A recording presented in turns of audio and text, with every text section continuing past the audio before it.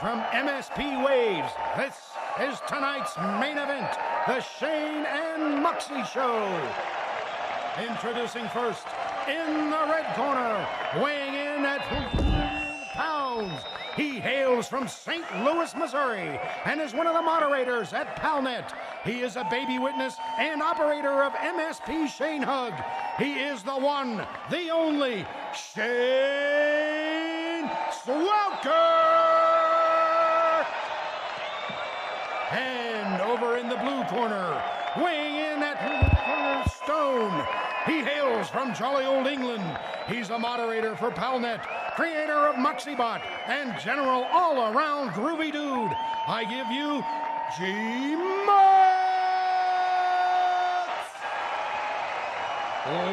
Let's get ready to grumble!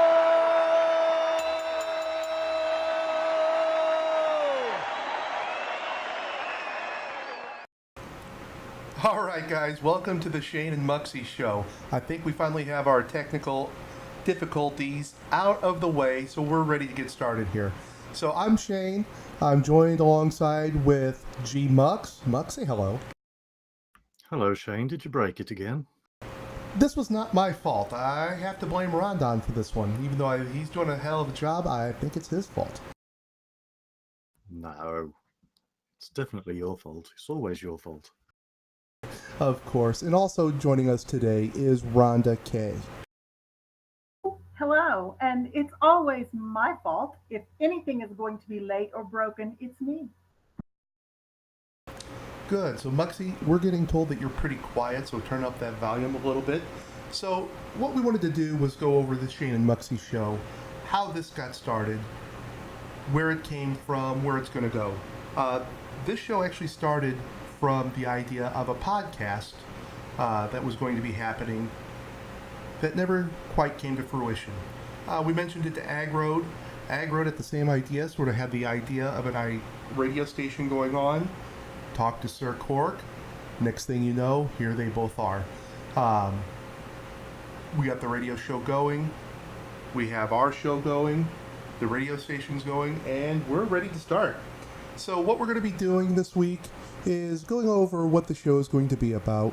For the most part, it's going to be me and Muxxy grumbling about what we saw on Steemit this week, what we saw in MSP. Muxxy will be doing a little bit of curation, what he looks for. We're going to be picking a MSP member of the week, and we're also going to have some interviews. So that's what we're going to be doing. Muxxy, you have anything to add? No, I think you pretty much covered it. They don't call him the best talker in MSP for nothing, folks.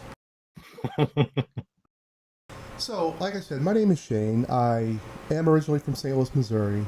I now live in Austin, Texas. By day, I am a physical therapist assistant, which means I go and make people do exercise that they really don't want to do. And then by night, I come over here and noise filter okay, sure thing, Corky. And then by night, I come on here, I mod a little bit, I try to work on all these different projects, and that's pretty much been my Steemit experience. I came on about 70 days ago, I believe it is. Since then, I found MSP, I started a witness, and I pretty much had a pretty darn good time the entire way. So, yeah, cut some. Lux, we can only hear you then. Alright. Oh boy. Okay, Muxxy, tell me about your little introduction to Steemit and MSP. Well, I've probably been here about just over 2 months. I started by posting my 3D modeling work. Then got introduced to MSP and got involved with the fiction workshop, which Rhonda runs, and I've found quite a liking for writing, and that's what I've been doing lately. I run Muxxybot and moderate MSP alongside you and the other excellent moderators. So you do a lot of curation with Muxxybot. What do you look for in curation when you're searching Steemit? Um, Basically, I look for well-written posts, something that may not immediately interest me, but something that has obviously had a lot of work put into it and well formatted. If it's artwork, um, I like to showcase artwork. I've got quite an interest in art, and obviously fiction writing. I like to show that off where I can. Nice. Now, I do remember you saying a lot about the 3D modeling, yet I haven't really seen too much of that on here. Are you going to be doing some more of that, and what have you done in the past? I will be doing some more when I can find the time, but between trying to write stories and post on Steemit and moderate the chat, it's finding the time to do it. But it is something I enjoy doing. It is only a hobby and something I've sort of taught myself to do. So hopefully I'll be getting back into it and posting a few more things. Very, very nice. So, what we have put together is a show. We're calling it a flustercuck. Everything's sort of thrown together, but we do have the talents of Jimmy Viles, and he's put together some audio clips for us that we're going to have some fun with. So, I think I'm going to play one of our first commercials now. This is a commercial from Jimmy Viles, very talented. Check out his site at Jim Imitations on Steemit. Very talented man. So here we go. For Chubway subs, here's Dr. Hannibal Lecter. When it comes to dining, I'm a people person. But what my doctor said to me, the last thing he said actually, before the screaming, was that I was a little on the heavy side. And frankly, a diet of fava beans and a nice Chianti only goes so far. That's why Hannibal Lecter started eating at Chubway. By eating nothing but people who themselves eat nothing but Chubway subs, I've managed to lose the pounds and regain my figure.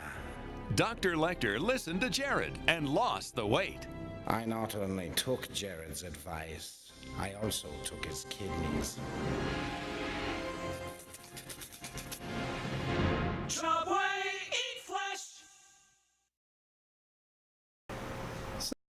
That's one of our commercials from Jim Imitations. Now, I learned about him from a certain story that was picked up that Muxxy had written.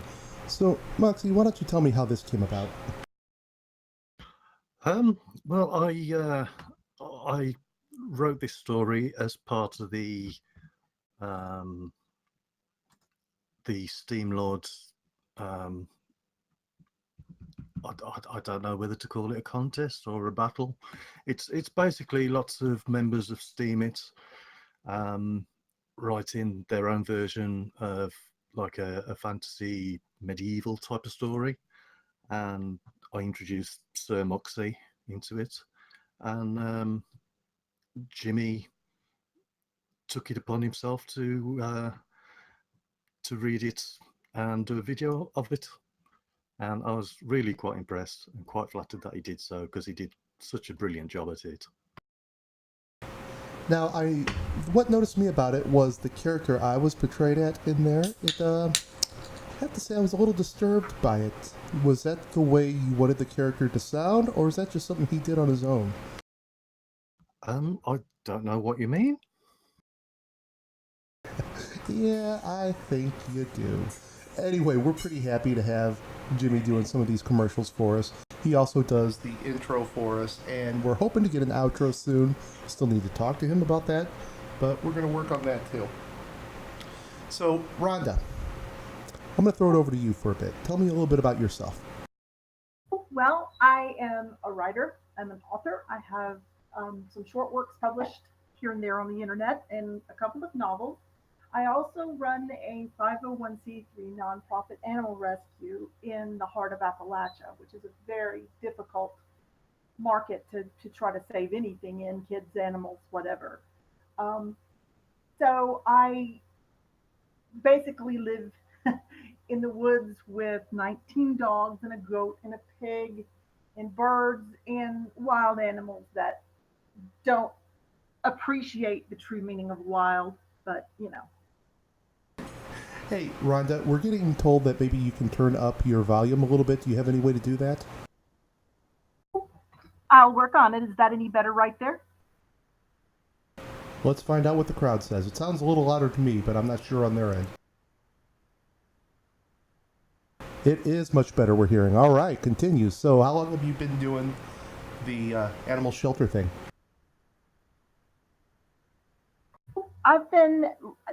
We organized this rescue in 2013. We bought some property just for the animals and moved in. It's an old house, and there are quite a few. Let's just say it has plenty of character. uh, so 13, 14, 5 years or so that we've been into it, you know, I guess you'd say professionally. Nice. So I did hear a little bit of a story about a raccoon within the last couple of weeks. You want to tell us a little bit about that? Yes. No good deed goes unpunished. I make sure that a young juvenile whose mother is, killed, I make sure that this raccoon and littermates survive. Well, now I have a Racco, Pigo, Vado, Dogosaurus who removes the window screens in my house at will and comes in and destroys my personal property. It's an ongoing three-ring circus, and she may make an appearance tonight once she hears me in here talking. Very nice. Keep going. I'm going to work on some microphone stuff. So tell us a little bit more about what got you into the rescue and anything along that nature. I've always loved animals. When I lived in Georgia, I did some equine rescue and worked for a wild animal safari that really kind of got me interested in exotics and wildlife. When I moved to Virginia, it's a different world here. And for example, the RVS species, the rabies vector species, it's legal to kill them, to have your dogs tear them in half. It's legal to torture them, but it is not legal to save them in my part of the state. So I could not do the wildlife here, but I did get into the animal rescue with the domestic pets and the dogs. The county where I live in until this past year has been within the top 10 of the 3 highest kill shelters in Virginia. And we live in a very challenged area. It's economically depressed, and there's a lot of, jobs, unemployment is high school dropout rate is high. And it's just difficult to get people to care about animals when some of the other problems are so much bigger. So what sort of battles have you chosen from that? I know you said, I think you go to the meetings, local community meetings, trying to fight for this. What sort of pushback have you had? Oh, quite a lot of pushback. You guys know me. You've all known me for a little while now, and I'm exactly the same person here at MSP that I am here in the county and in the community and on Facebook. But somehow, when you advocate for something that disrupts an agenda, you become the most hated person in town. And so evidently there is some agenda that prevents a lot of our locals from wanting to push for, animal rights and animal welfare and a no-kill shelter. So I got quite a bit of pushback, and we really went to war with community leaders and people in the community. We've had a lot of animals dumped on my property. We've had people trespassing on the property to abandon animals and can't get, we weren't able to get trespassing charges against them. I've had property damage, vandalism. A lot of little things have come out from this. It's just a hostile environment. And so I've ratcheted down a little bit with the rescue for the time being, and we're trying to reboot and trying to see if there's a better way to do this. Do you get any sort of financial assistance with it? Absolutely not. And I believe that we are a 501c3, and this is a real hot button issue for me because you have the major groups like the Humane Society of the U.S. and you have the ASPCA and Best Friends, and they're fundraising, and people give thinking that that money trickles down to the local shelters. It doesn't. Like less than 1% of the Humane Society money ever finds its way into the local shelters. Yet when the local rescues like mine apply for the grants, I don't qualify because we don't actually run a brick and mortar shelter. I'm a home-based rescue. So we have not been able to qualify for any grants despite our tax exempt status. So it's like you just rely on donations from the public. That's it. And it's very difficult to get donations here because we are, this is not a very affluent area and people are not, it's not a very philanthropically minded area. The county next door to me across the state line, McDowell County, West Virginia, was the first county in the United States to receive welfare. And it was a testing ground because of the poverty and the need was so great. And so we sort of all have a welfare mentality around here rather than a giving mentality. And it's going to take a lot of time to change that. And, it's going to have to take more people than just me. Yeah, that's always a tough situation whenever you're in an area where people are need, and you have the needs also, but there's not anyone there to give. It almost seems like you're sort of stuck in a situation where you'd be better off going somewhere else, but you're a good person and you don't want to abandon the area you're in. Do you ever have any sort of conflict with that? That's a very interesting that you would say that. Yes, that's discussed a lot. That we actually may be more effective if we locate somewhere outside of the county, because then we will not be getting. There's a mountain mafia that runs the area, and it's political and social, and they don't do criminal things to people. I would need to qualify that statement. Let's just say that what they do to people is not anything that will put them on law enforcement radar. It's petty stuff, and it will undermine you in ways that can't be challenged.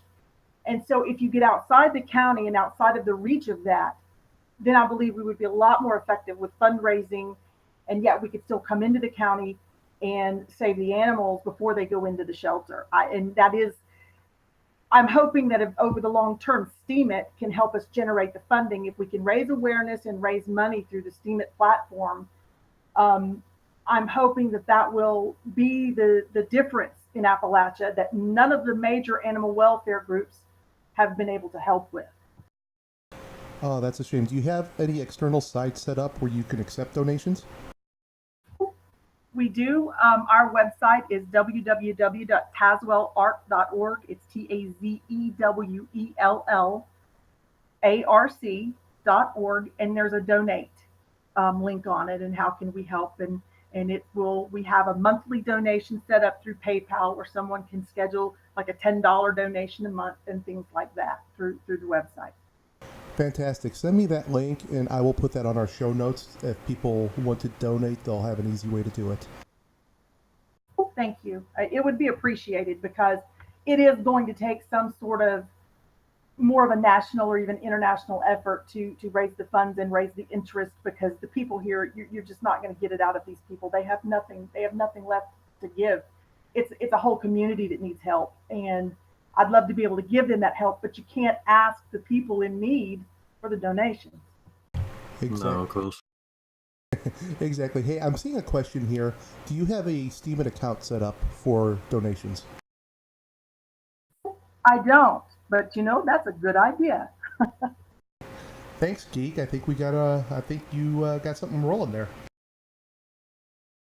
So let's move on just a little bit and change course a little bit.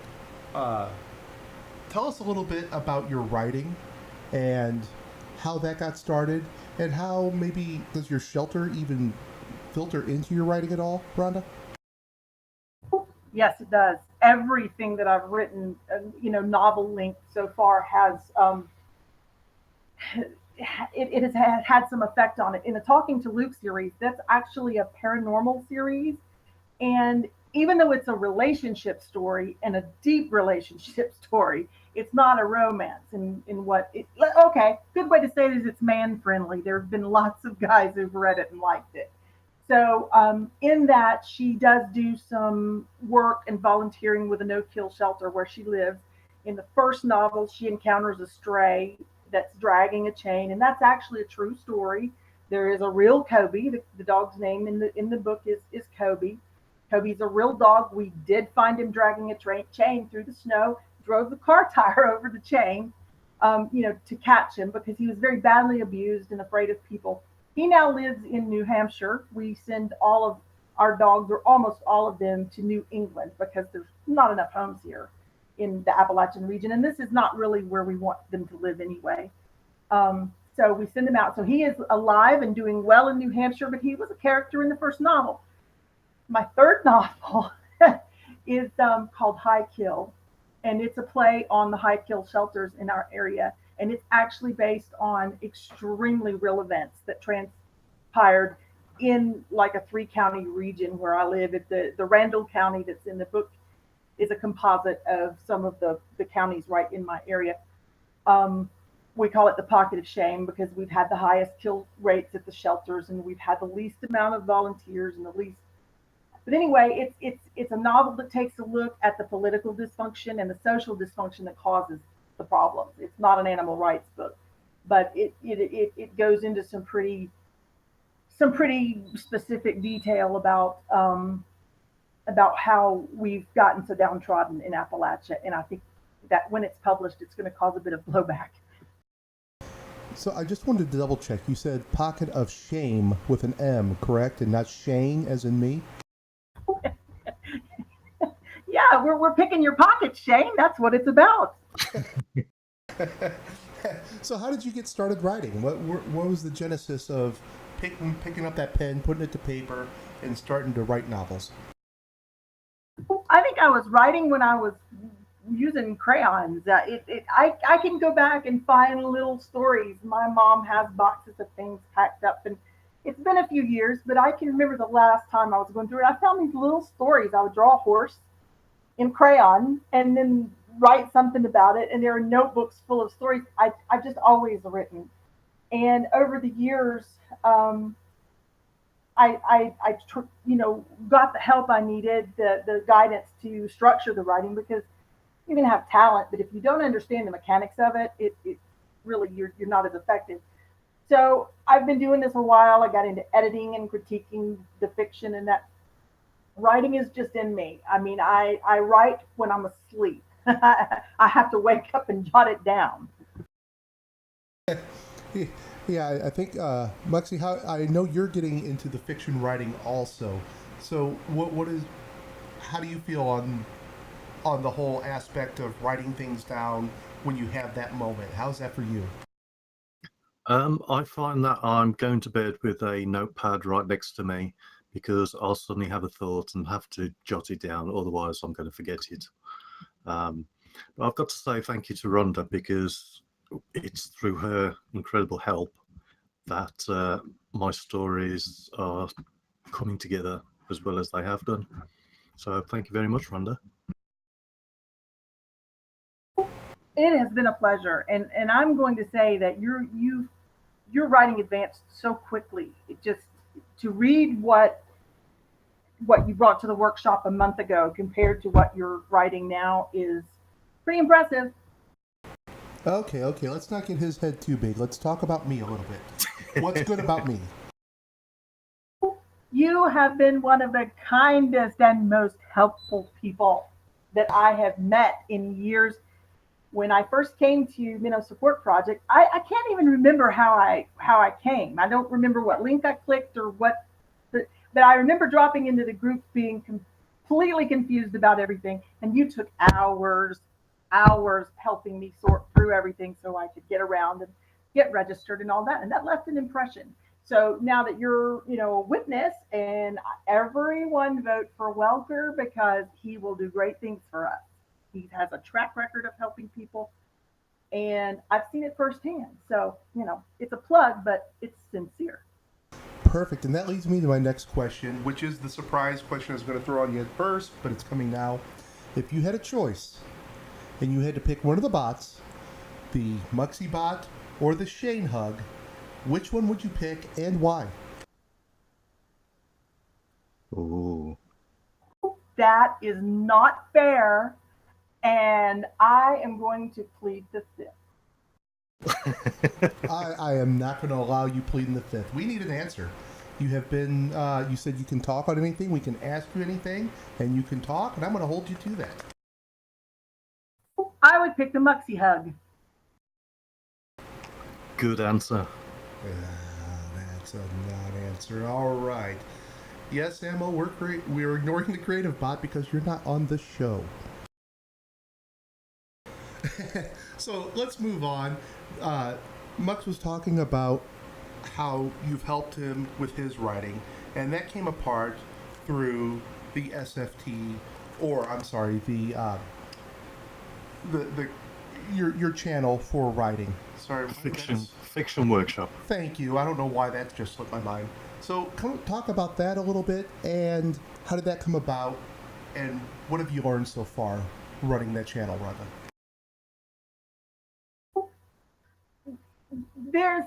We have a running joke in the fiction workshop, and we call it septic, but of course that's not the right word. It's psychic. It's collective consciousness, synchronicity, providence, whatever you would choose to call that.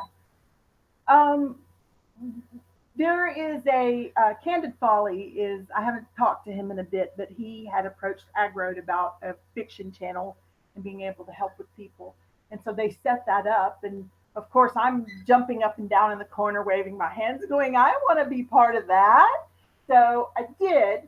And just over time, it ended up where I sort of took over the mod duty, the mini mod duty in that group. And it seemed like the people that were coming into the group were so hungry for that type of information.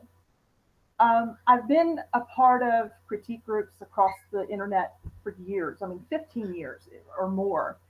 And I've never really seen anything like this. It's a phenomenon. And people were coming in just with this talent running out their ears, so hungry for the structure and the guidance that they weren't really getting or finding in creative writing classes or whatever.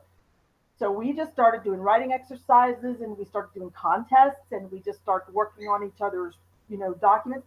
Now there's a process, and J.R. Hughes and Pegasus Physics and a couple of other people who are going to be really angry when I don't mention them. I just can't think on my feet sometimes. But anyway, they've come up with a submissions process where we get the Google Docs where everybody can work on it together, and it's wonderful. And so we're able to comment and talk about the things that people are submitting. And out of this workshop are coming some really polished, professional level, publishable in the mainstream, work. And so it's growing. I think they're getting curated by other curation trails out in the community, and people are seeing it. And it's turning into a real thing. So I have a little bit of background knowledge on it. I won't say that I'm on the inner workings, but I'm on the outer workings of it. Can you tell us what the future plans are, where you see this leading, and what sort of ideas do you have for the future and how this may help? I see it actually having an impact on mainstream publishing.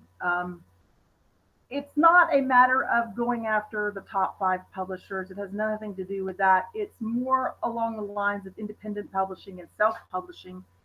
I believe that the ideas that we have and the fact that this could be a publishing effort backed by crypto, it would be the first one that I'm aware of. And it would have the resources to offer independent writers some of the advantages that they would ordinarily get with top 5 publishing. And that is a full editorial staff and, access to cover art and graphic art and promotions out in the mainstream. And so we are looking at doing something like that at some point with an imprint or publishing house, run by the fiction workshop. Sorry, go ahead. Oh, I was going to say sort of our intermediary there. The next step to it is the SFT, and that's the Steamhouse, fiction trail. And it's a curation trail. It's very small right now, and we curate very few, um, posts.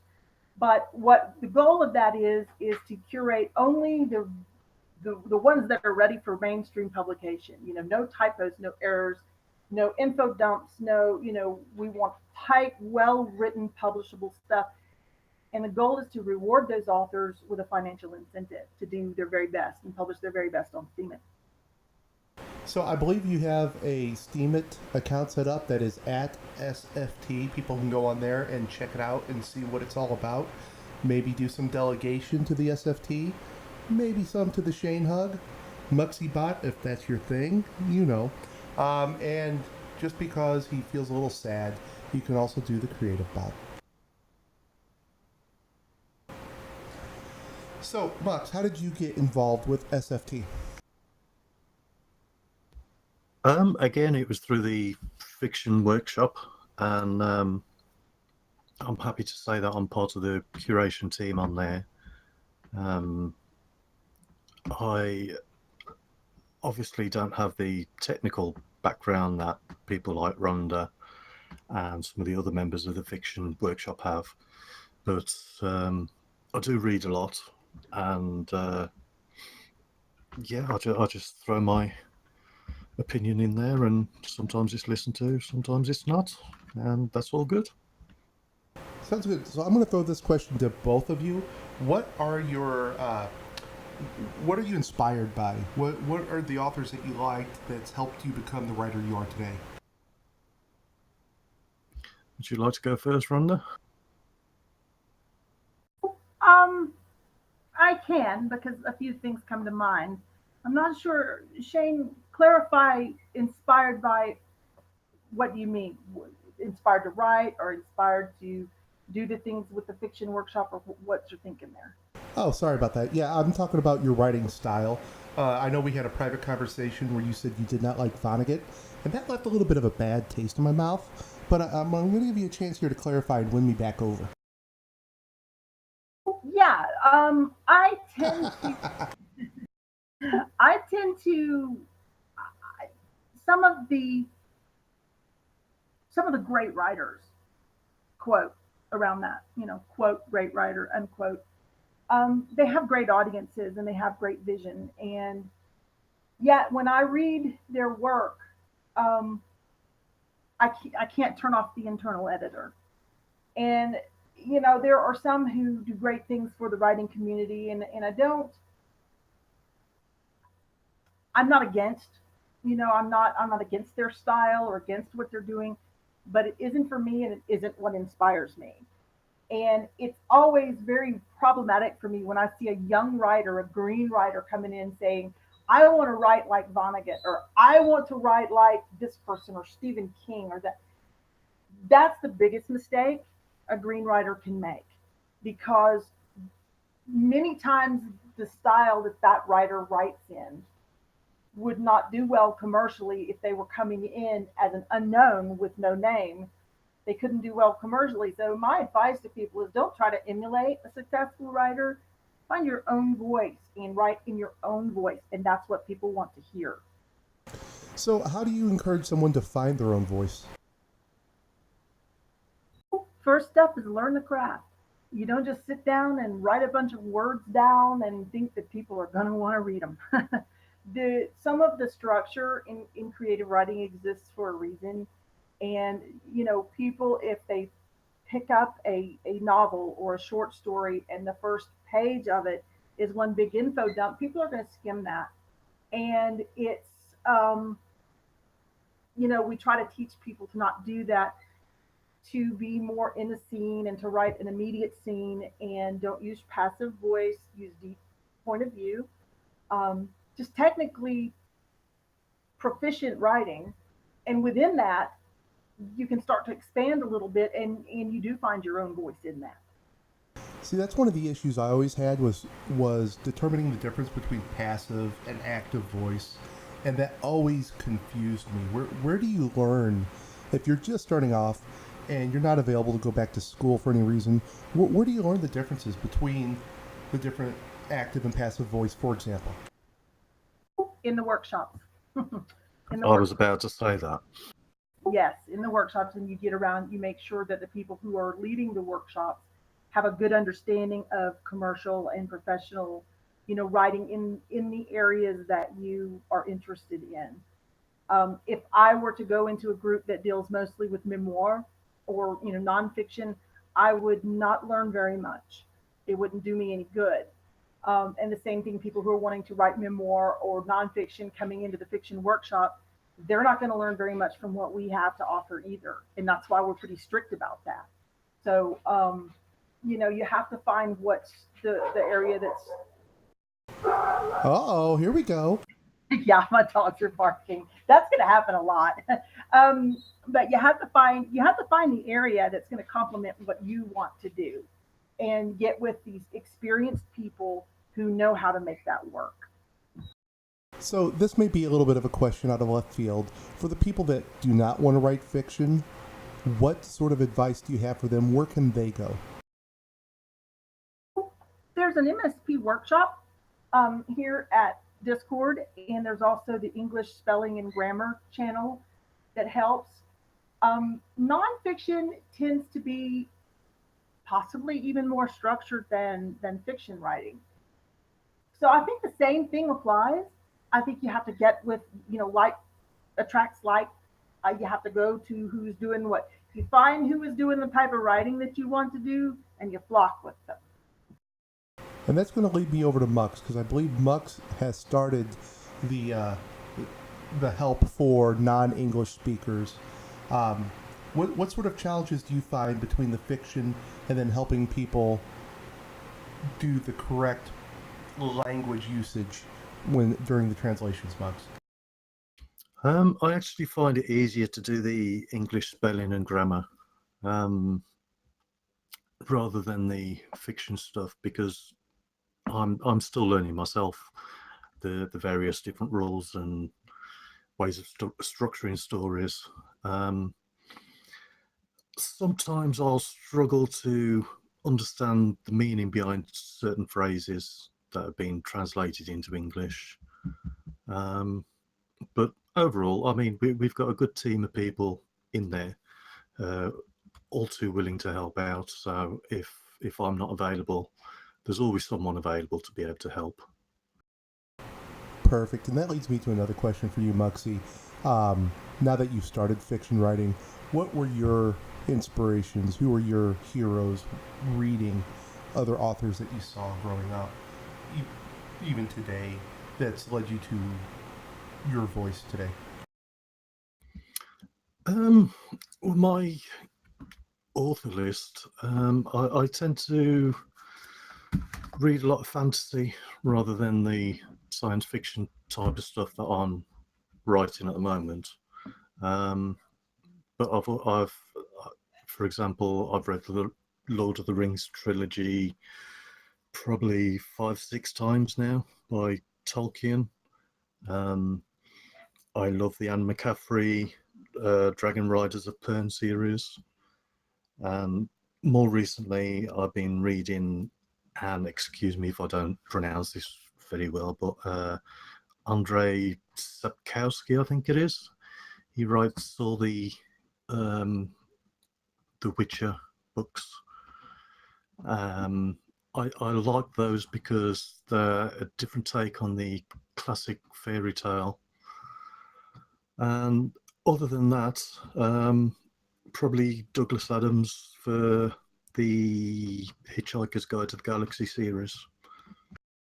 Yeah, I would say Douglas Adams was that first author that I completely connected with when I was 12, 13 years old. Kept seeing the books at the local grocery store. One day my mom finally picked up the first one for me, and that was pretty much it. I was addicted to Douglas Adams from the start. Yeah, pretty much same here. Also, I can't think of his name now. I'm going to have to Google this. The Discworld series, I forget his name. Oh, is that Terry Pratchett? That's the one, yes. Terry Pratchett. I love his books. I love his humour. Absolutely. So, Muxx, let's move on to the MSP member of the week before we get back to Rhonda a little bit. I know we had discussed this in private and we both agreed 100% who it was, but I'd like you to talk a little bit about it and present our MSP member of the week. And I believe they're going to get a coveted Shane Buck for this. Oh, big prize. Although I do believe that the Muxxy book is probably worth about 5 hug bucks. Right, MSP member of the week. Before I say the name, this member, every time they show up in chat, it's always a pleasure to see them. Always funny, great sense of humour, and very friendly with everyone. And apart from all that, she's also an excellent writer, and I absolutely love her posts. And her name is Stitchy Bitch, so she's our MSP member of the week. Yeah, Stitchy Bitch is one of those people that the more you talk to, the more you realize how awesome of a person she really is. A lot of fun, a great personality, has knowledge, and is a much different person than what you would expect from that initial shot. Yeah, I must admit, when I saw the name first pop up in general, I was like, I'm not sure what to expect here. But no, she is a very fun person to talk to, and I know she's had a tough time this week, and sending all my love to her. And yeah, she's our MSP member of the week. Absolutely. And I don't know if you got to see her post on the cross stitch. It was an absolute riot on how to cross stitch. It was one of the funniest things I've read on Steemit in quite a while. I didn't read that one. I read the one about the farting, I think that was, and the party wizard. That was brilliant. It was. If anyone is out there, go to Stitchy Bitch's Steemit, follow her. She is spot on with her writing. She is spot on in MSP. She is fun, and she is our MSP member of the week. Definitely. So, Rhonda, we're going to move back to you. I want to hear a little bit about how you come to find Steemit and how you came to find the Minnow Support Project. I was having a particularly down week, month, year with the rescue. Um, no funding. Um, I mean, this place is falling apart. This property that we bought, and we can't raise enough money to feed the dogs half the time. No, they never go hungry because I'm paying for it out of my own pocket, but we can't raise enough money to exist here, and much less build a facility that's going to be appropriate.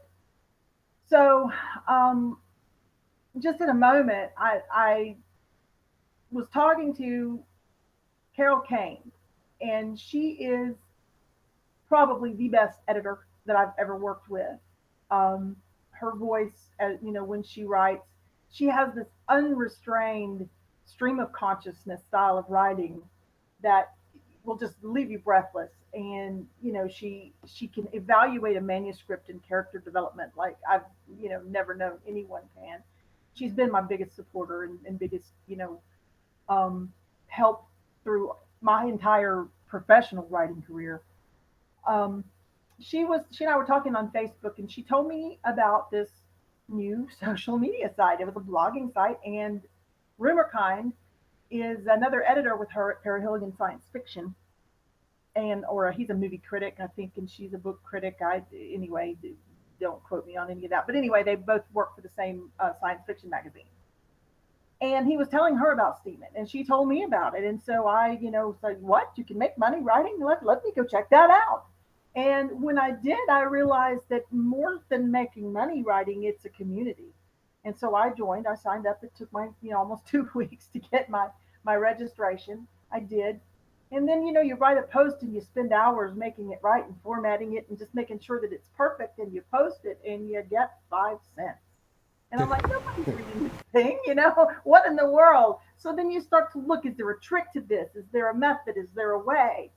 And it didn't feel right stalking the whales. That felt fake. And I wasn't going to do that. I wasn't going to go comment all over their post and try to get their attention. And so I said, well, there's got to be a way. Well, I started seeing this MSP stuff floating around and these cool little logos and things in these posts. I said, well, let's go check that out. All it took was a click, and I landed here, and I met you, Shane, and I met you, Gmuxx, the same night. And the rest is history. It's changed my life. I mean, that's not an exaggeration. Yeah, I have a little bit of the same feelings you do, especially since starting the witness. That yeah, I need to schlep up to some of the whales, but it does seem a little bit fake to me. So I'm not really sure about how going about that. So here in the I'm going to call it a protective bubble of MSP, where you do have the support, you do have people behind you, has given me the confidence to do a little bit more than what I would normally do. And that's one of the things I really enjoy about this group, is that, yeah, we are a family, and in that family you're going to have a little bit of dysfunction, but for the most part, everyone supports each other. And it's one of the things that I love about this place. And it's one of the reasons why I stayed and wanted to become a witness. So yeah, I completely understand what you're talking about with the feeling of the fake. Yeah, very much the same here. Sorry, Rhonda. No, go ahead. Go ahead. No, I was I was getting sick of the perception that you've got to try and suck up to whales to try and make a buck on here. And much the same as you, Shane, since I found MSP, it is, like you say, just like a family. We have the odd disagreements here and there, but all in all, we do support each other. And yeah, it's a fantastic place to be. So now that you have found MSP, Rhonda, how has that helped you? Well, the most obvious way is that I got a BitPay card and I cashed out and I paid bills. And my internet didn't get shut off and my utilities didn't get shut off. And I fed the dogs and I fed me. And it was good, honest money. I earned it. I earned it by writing. I earned it by doing something I love. So that's the game changer. When I cash out of my Steemit account, this is going to some real life stuff. And these are things that I would have been begging on Facebook. We need dog food, we need this, we need that. And with Steemit, it just, it helped. And I haven't even really had any big posts. It's just that's how desperate the situation is here. The other thing is just reaffirming that there are good people in the world. And I don't mean to be up on Appalachia, but this is a very negative area. And people can be so hateful and so hostile. I've made a post. We rescued some puppies a year ago that were put in a box and thrown under a bridge to die. And when someone found them, they were just really maggot infested. A couple of them lost eyes because they had just been so infected. But these were tiny puppies, maybe 3 weeks old, 4 weeks old, tiny, just thrown away. And so we took them and posted on Facebook that we needed some, help with their vetting. And the next day, the sheriff's department calls us. Now, I'm not beating up on the sheriff's department because we've got some fantastic animal control officers with the sheriff's office, and I don't begrudge him for calling us at all. In fact, he's someone I consider, I respect the gentleman that called. And he said, we've had a complaint that you took these puppies and you don't have money to take care of them. And so that was a real eye opener for me. It's like everybody in the community wants to dump their puppies on us and has a fit and gets angry and beats us to death if we don't take the puppies or the kittens that people throw away. Yet when we do, we have to answer to the sheriff's office because we posted for donations on Facebook. So for the past 5 years, that's the world I've been living in. And coming into Steemit and coming into Discord and seeing the total different mentalities here and the positivity and the encouragement and how quick people are to help others. That did more for my state of mind than anything has done for me possibly in my adult life.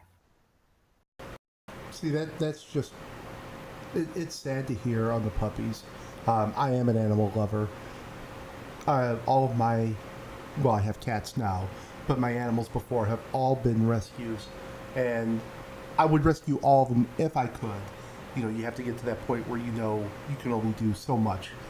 But yeah, coming into specifically PalNet, you really felt that connection, and it's really given you a lift on what can happen in your real life and on this platform. Very well said. So, Muxxy, tell us a little bit more about how you found MSP.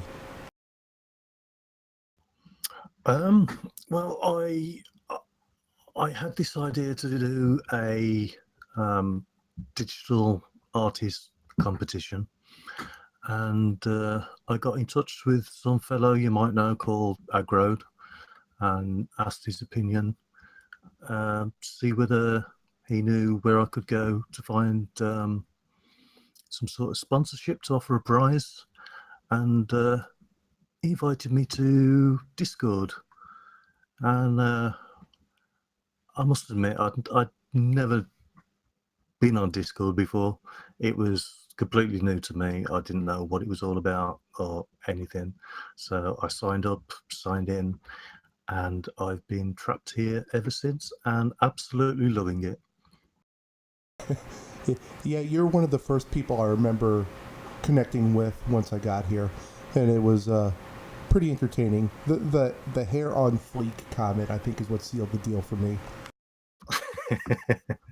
Yeah, I think you were probably one of the first people that I spoke to here. Yeah. All right, running through my notes here. What else do we have to bring in? All right, at this point, I think we're going to go to another Jim commercial. So hold on for a second. It's Jim Imitations on Steemit.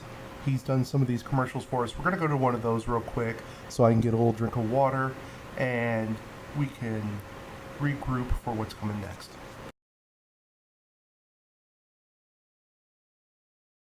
Hey, this is Frankie. Hey, and I'm Angelo. We're the owners of F&A Pizzeria. If you're looking for the best pizza in town, remember us, F&A. Hey, we got the best crust. F&A. We got the best cheese. F&A. We got the best sauce. F&A, man. Put it all together, what do you got? F&A. Yeah, you got that right. F&A. F&A Pizza on the corner of Hill Yeah Avenue and Dam Straight Street. Now, I'm pretty upset because I heard that commercial, and to me, it sounded like Scaredy Cat Guide would get a complete kick out of that. I wish he was here listening to this right now because I think he would dig that one the most. That was, I know Rhonda and Muxx cannot hear that one, but that was the pizzeria commercial. Rhonda, you'll probably hear that one a little bit later. I look forward to hearing that too. Yeah, I love that one.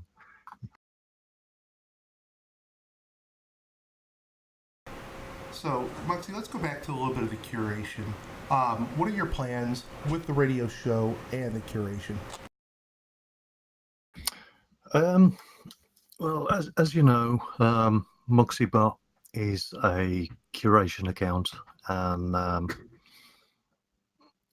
as well as curating for SFT, I also have a small part in OCD as well, Acidio's curation team.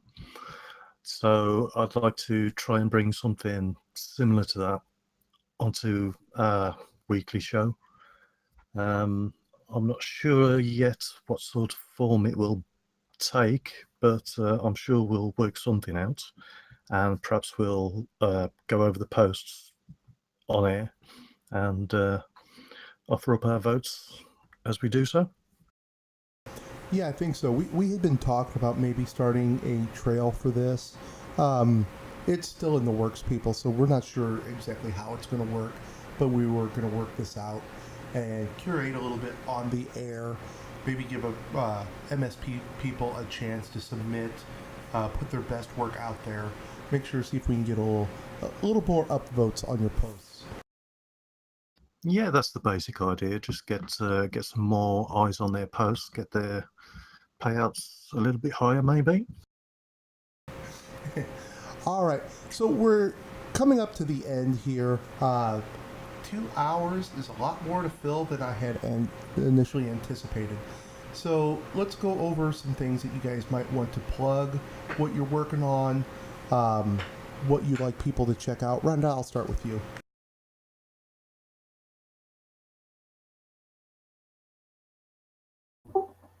I'm here. Give me just 1 second. Gmuxx, I'll start with you. Great. I'm, as you know, I'm currently working with Muxxy bot.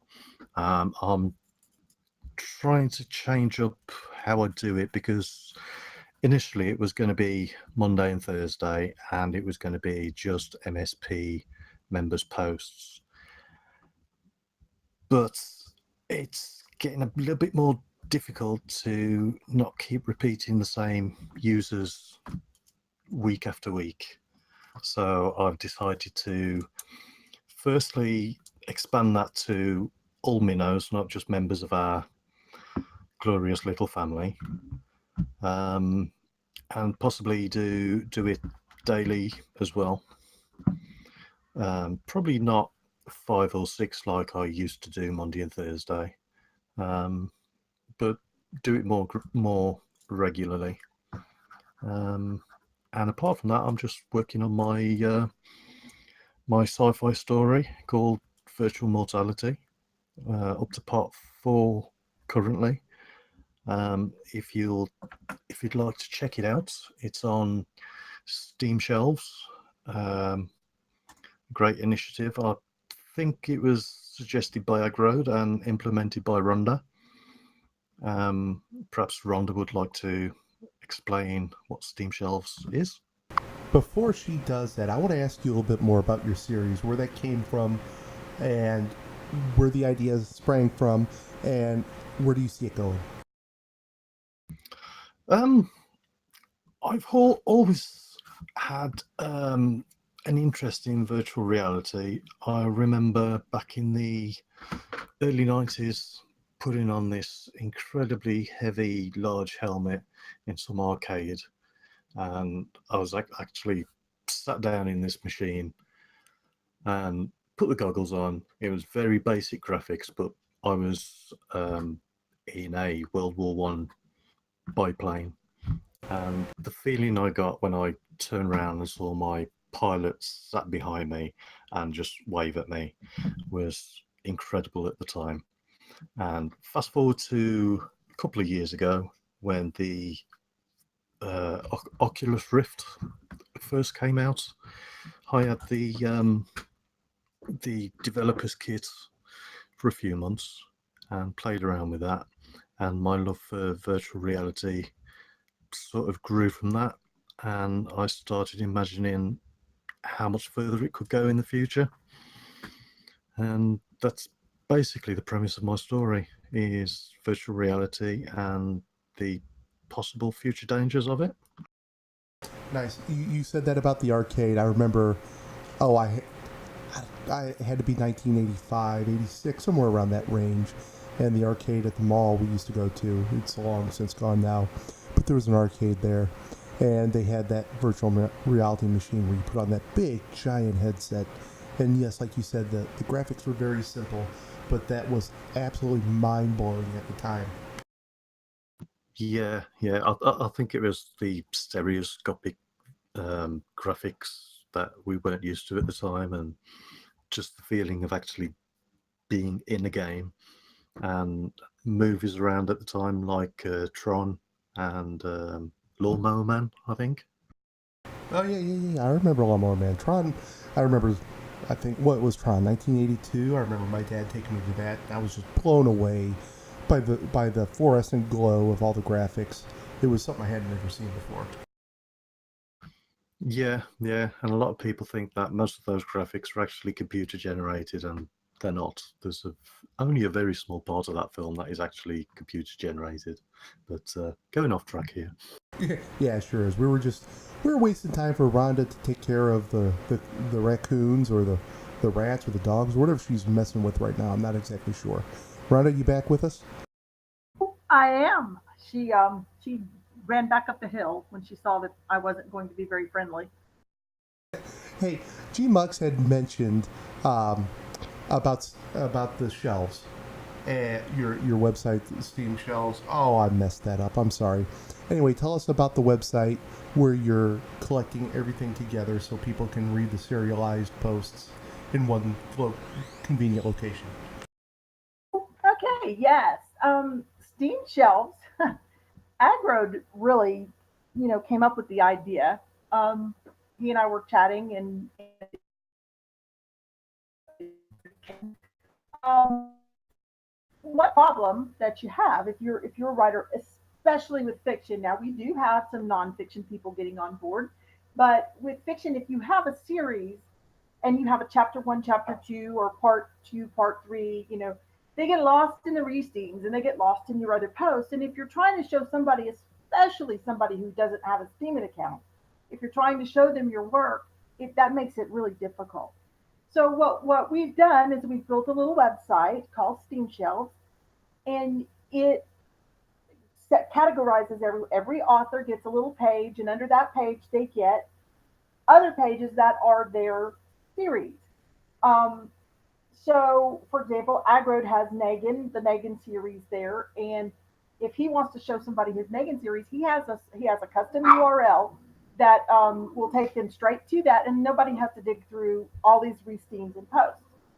This is not to, circumvent Steemit. This is actually hopefully to draw people to Steemit so that they can see the really high quality writing that's being done on the platform and realize that it may be a place for them too. It's a showcase, and it's actually going really well. We've had several people sign up and get their series and other Steemit posts on the site. So, how do people go about getting on to the website? It's a simple process, but there are several steps to it. First, it's a fundraiser, SFT. So it's 2 SBD per link. And we do have some package deals, like if somebody wants to upload 50 links, if they have that much, we will definitely, do a break on that. But what they will do is almost like RandoWell. When you do that, you put the link in the memo, and you do an internal transfer of SBD from your account to SFT. And if you put your link in the memo, and then on the website down at the bottom, there is a little place where you can submit, and it asks you your Steemit name. It wants your Steemit blog address, and your author bio, any blurb that you want, and you can upload a picture of or like a profile picture. So we take all of that, we go to SFT, and we match the transfers with the information that comes in from the website, and it's fairly simple. I thought maybe we would automate this process, but it's been very simple to do so far. So we then put that on Steam shelves and send the author the link. How many people do you have working on that? There are 3 of us right now who work on it, and actually, I haven't had to really call on a lot of people yet. They've done some of their, without, they didn't need me. They were able to upload some authors and some links. But usually when I get a link in, I just, pop that in, and we're good to go. Perfect. So, Rhonda, what are you working on now? What's the next project for you?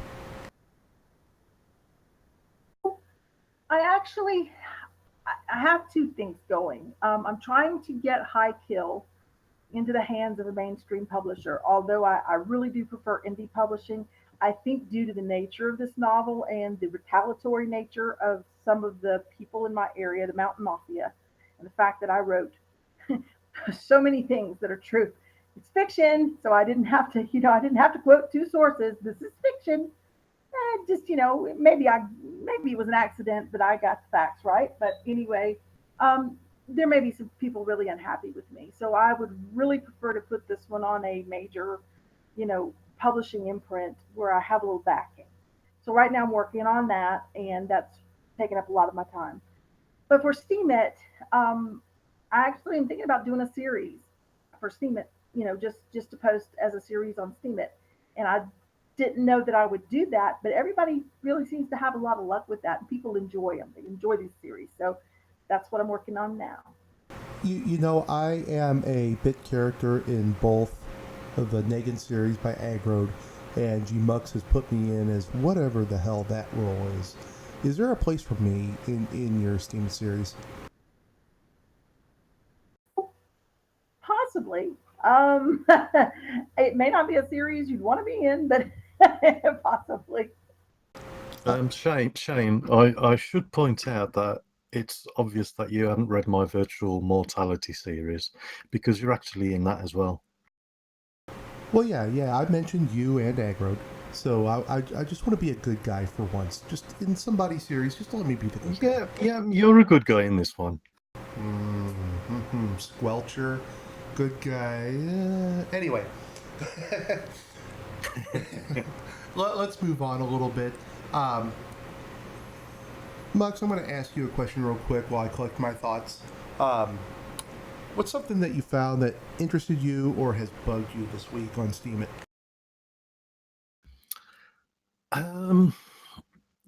Stuff that bugs me on Steemit. This week mostly, there seems to be an increase in flagging among whales, and I personally don't think it leaves a very good impression on the platform, and especially to people that are arriving.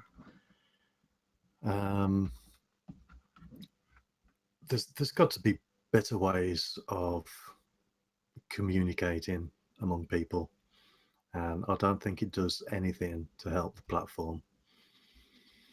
And apart from all that, it's spam comments under your posts. I mean, like, I'll write a post, and literally within seconds of me posting it, I get spam comments. Yes. Whether it's bots or people, it's as annoying as hell, and it's very tempting to flag them. And I'm holding off for now, but my patience is wearing very, very thin. Yeah, I'm running across some of the same thing.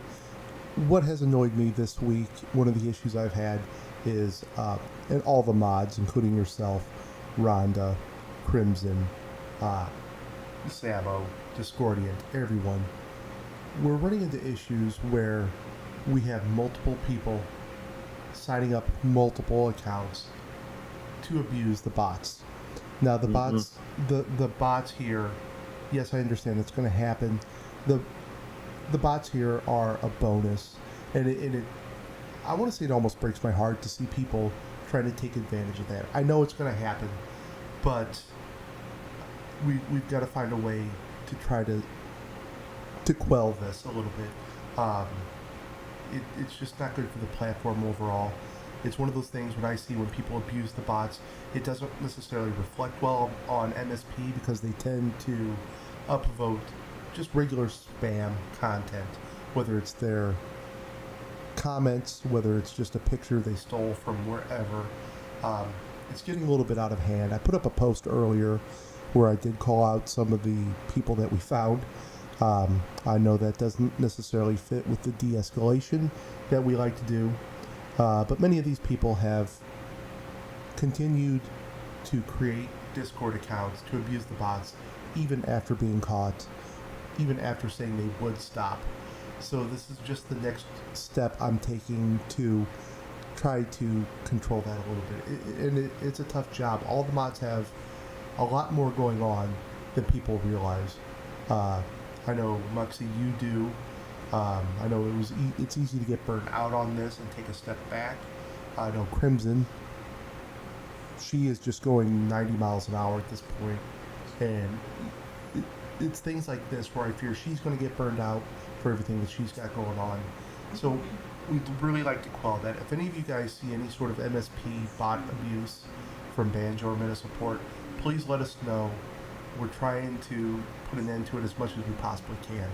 So anyone out there that can do that, contact me, any of the mods, and that will help quite a bit. Yeah, I mean, it's disturbing to see because you'd understand it maybe one or two accounts, but some of these users are like making like 10, 20 accounts, and at the end of the day, it's the community resources that they are stealing, and they are finite. The community pulls together. They sign up for Steam Voter or Streamian. They delegate to the bots, and some of these users are taking more than their fair share out of the pond. Yeah, the resources is what really, that's really the point. There's a finite amount of resources going around, and any time that you can abuse the bots, that's just thinning out everyone's payout a little bit. Rhonda, I know you are just a little bit on the inside on this. What have you seen?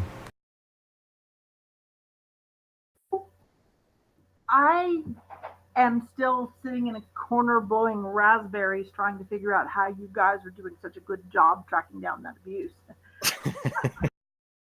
I appreciate what you do so much. I mean, it's a tremendous time waster for you, and it's caused by people who just have no respect. My biggest thing that has bothered me on Steemit and here at Discord are the trolls. And I realize that trolls are everywhere. There's no existence without trolls. They're there. But my goodness, I mean, some of these people that I've seen on Steemit, their behavior it's frightening. I think some of the people that we see on Steemit we'll be hearing about in the news where they shoot up an elementary school or something like that. I mean, really, it's a sickness, and they're scary, sick, and dangerous people, and I wish there was some way to isolate them. That bothers me. The thing here on MSP is just people showing disrespect. When a moderator tells you not to spam a channel, you just don't spam the channel. You don't just sit there and argue with them and blow them up in private message. That's such bad form. It's just bad form. And I don't know that there's a cure for it, but that's what got under my skin this week. Yeah, it's one of those. And the sad thing is, the people that are listening right now are the people that we don't have to worry about. And it's a shame that the people we do have to look over are probably not hearing this right now, and how much extra work that their extra 10, 20 cents creates for everyone. Yes. Muxxy, you okay there? Yeah. Sorry. No, I totally agree. I mean, a thing that personally bothers me is getting unsolicited messages of people with just a link to a post to, I don't know whether they expect me to upvote it or re-steam it, but I just think it's bad manners to just send a link like that. Especially if we haven't spoken before. Yeah, I agree. So I think it's time to light this back up a little bit. We're going to start wrapping this up on a positive note. We're going to go to one more commercial that Gym Imitations did for us, and then we'll come back, wrap it up, and look forward to next week. So hold on for our next spot.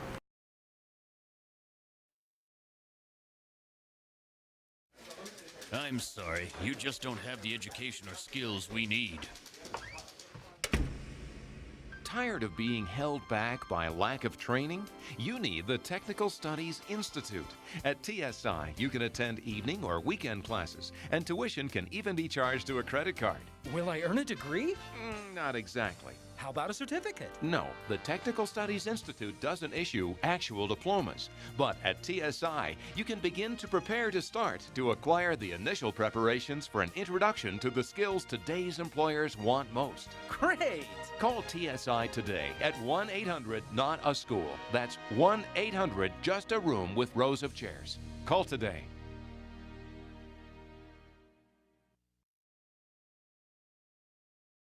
And we're back, and I've been corrected. It is Gymitations, not gym imitations.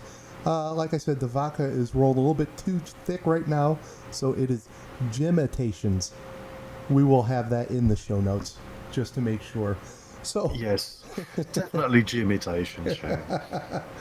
Woo!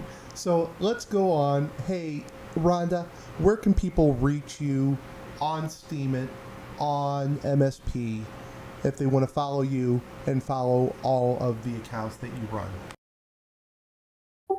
Well, my Steemit account is Rhonda K. It's just RHONDA K. The SFT is just SFT, 3 little letters. On Discord, I never get out of the fiction workshop. It's rare for me to be able to get to general or any of the other channels. I am in that fiction workshop. If you come and you're looking for me at Discord, just click on that text channel for fiction workshop, and I'll probably be there at all kinds of hours of the night and day. So I would love to meet people. I would love to, have some new people drop by. Would be wonderful. You're just a little bit scared of General, aren't you? General scares me to death. That's where you cut your teeth, is in General. If you can handle General, you can handle any of the other channels. It does go quite fast sometimes.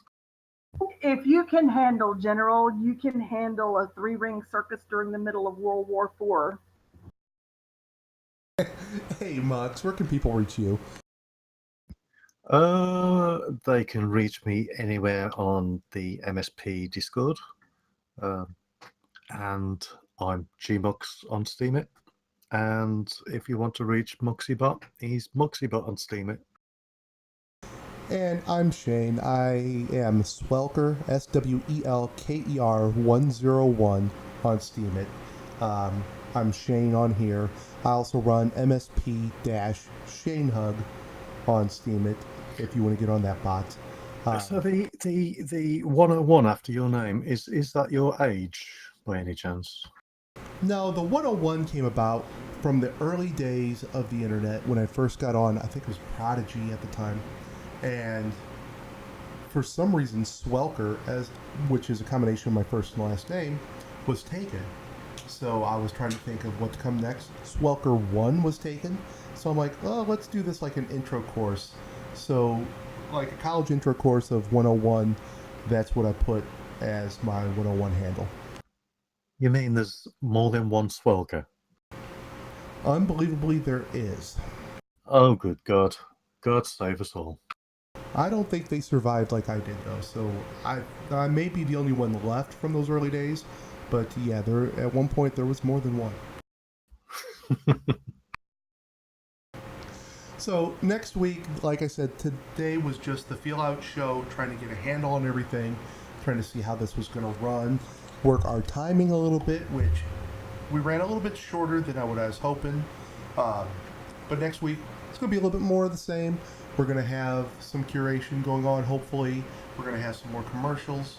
We're going to have some more shenanigans happening. Hopefully more interviews. And that's what we're looking for from the Shane and Muxxy show. I want to thank everyone for stopping by. I want to thank Gmuxx for joining me and helping out and agreeing to do this when I brought it up to him. And Rhonda, thank you so much for joining in with us today. I really appreciate it. I really enjoyed having you here. It was a real pleasure. Thank you for having me. Yeah, it was great speaking to you again, Rhonda. I always have a laugh speaking with you. All right, Muxx, do you have any last words for everybody? Well, thanks for tuning in and listening, and thank you, Shane, for taking the lead in this. And obviously, you know how nervous I was about doing this, and thank you very much for making it that little bit easier for me. Yeah, absolutely. I knew you were nervous, and hopefully I helped this out a little bit. This turned out to be a little bit more nerve-wracking, especially after the beginning when we had the technical issues. But that's what this week is for, is just to iron all those out and make sure that we're all on the same page. Indeed, and hopefully going forward, this little experience will just build upon it and hopefully be a little bit better next time. Absolutely. All right, everyone out there on MSP right now in the chat channel, thank you so much for listening. We're going to let it go right now. We're going to head out, and hopefully you guys will join us next week. Thanks, everyone. Bye. Bye, everyone.